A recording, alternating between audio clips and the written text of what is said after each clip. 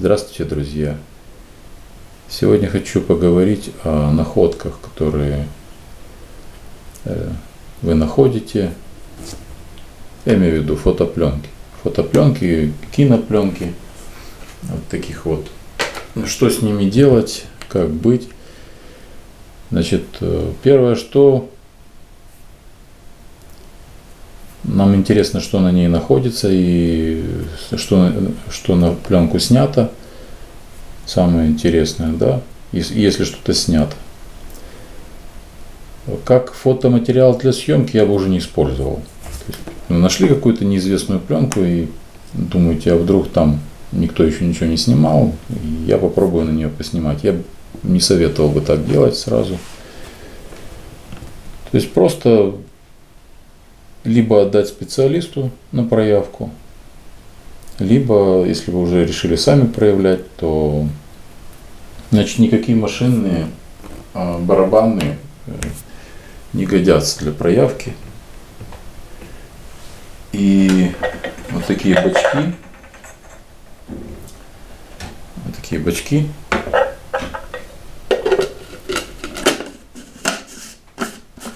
которые используются для проявки с переворачиванием, да, с опрокидыванием, я бы тоже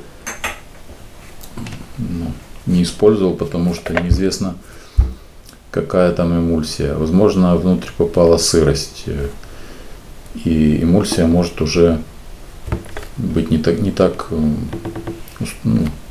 уже держаться на подложке. Поэтому вот эти опрокидывания я бы не использовал.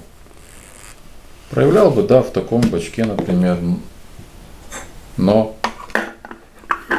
аккуратненько крутил бы, да, либо в обычных советских бачках тоже, как бы, вот это я бы первое, которое что сделал бы, это проявлял бы вот таким щадящим способом. Много в интернете написано, там пленка содержит серебро, там серебро настолько ничтожное, почтовые расходы свои не оправдаете, если начнете пересылать куда-нибудь, чтобы достать оттуда серебро. Если вам попалась вот такая кинопленка, да, в которой тоже там прочитали, там вроде и вес тяжелая, там тоже, если эта кинопленка сделана на фабрике, фильм какой-нибудь, да, там вообще нет серебра. Там просто идет подложка и нанесенные краски. Все, там нет никакого серебра. Если это любительская кинопленка, если вы нашли любительскую кинопленку, не знаете, что с ней делать, лучше возьмите, киньте на продажу там за минимальные какие-то деньги. Металлы здесь бывает, что алюминиевые вот эти вот, да, бобинки, бывает просто оцинковка. Выбрасывать не надо, это сейчас никто не выпускает. Кинолюбителю подарите, в музей отнесите. Кинопленку никуда не сжигайте, ничего, потому что я вот сколько узнаю, я говорю, вот есть у вас 16-миллиметровые? Да, были, мы их все сожгли, типа бобины на металл сдали, и все. Какой там металл? Там граммы. Они такие легкие, что там... Но они ценные для кинолюбителя, для фотолюбителя. Но вот по пленкам, если вот на ней никакой маркировки нет, да, вообще никакой, значит она, наверное, черно-белая. Как бы я ее проявлял? Значит, никакими там суперконтрастными проявителями я бы не делал. Я просто взял бы D76 и не в стоковом растворе, а в разведении 1:3. Проявил бы, если это иностранная пленка, если вы так смотрите визуально, вроде что-то там похоже, что какая-то иностранная пленка. Некоторые фотолюбители пишут вот здесь вот прямо на эмульсии, какая пленка, или там пометки какие-то, снято там в каком-то году, там еще что-то. Я бывает пишу иногда. Если ничего такого нет, значит и пометок на кассете нет, значит это черно-белая, скорее всего, фотопленка. Как можно еще определить? Она сероватая, либо слегка с таким пурпурным оттенком. Может быть. Единственное, что можно попасть на обращаемую. Но это редкость. Редкость в основном были, если вы где-то найдете, это, скорее всего, был черно-белый негатив. И проявил бы его по стандарту, ну как стандарт, такой 20-20 я его называю, или 22-22, да.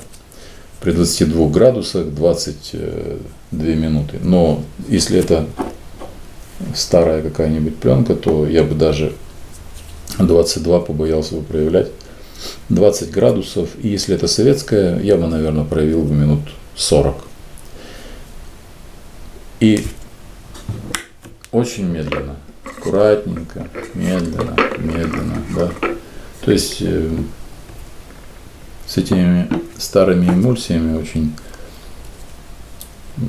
Не, в основном они нормально, держатся хорошо, но если вы нашли где-нибудь в таком помещении, где была сырость, то она может сыпаться, эмульсия.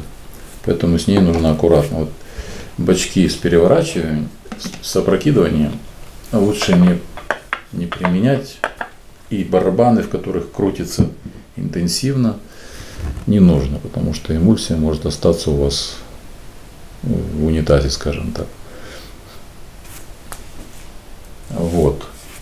Ну, по кинопленкам я уже сказал. Если это любительская какая-нибудь киносъемка, это вообще шикарно. Это оставить нужно, потому что не сегодня-завтра вы сидите и думаете, ой, зачем я ее выкинул, зачем я ее уничтожил. А если это кинофильм, то в нем серебра нет.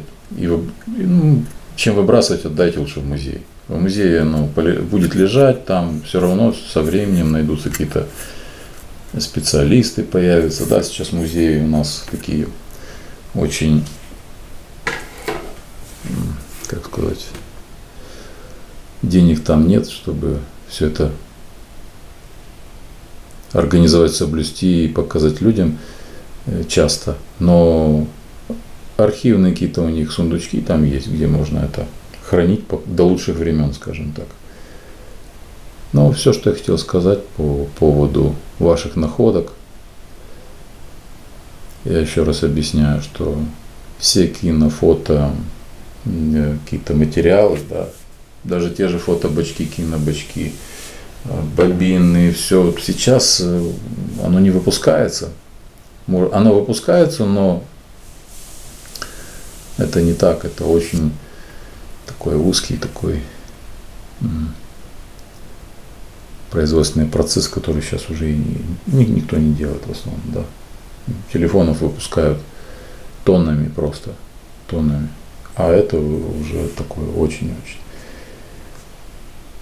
Ну и по поводу как проявлять, я говорю, что если это иностранная пленка 20-20, 20 минут 20 градусов Цельсия, если это наша Свема, то лично я бы проявил бы 35-40 минут в разведении 1:3. D76 проявитель. Вот и все. А еще, друзья, хотел сказать такую вещь. То есть, если вы где-то принесли пленку из холодного помещения, то обязательно дайте ей несколько часов выстояться, принять температуру комнатную. И по поводу промывки.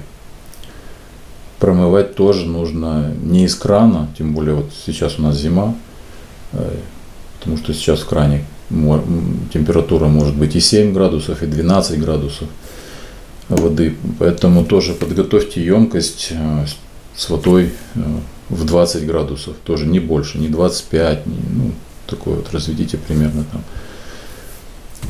там. Так, 17 градусов.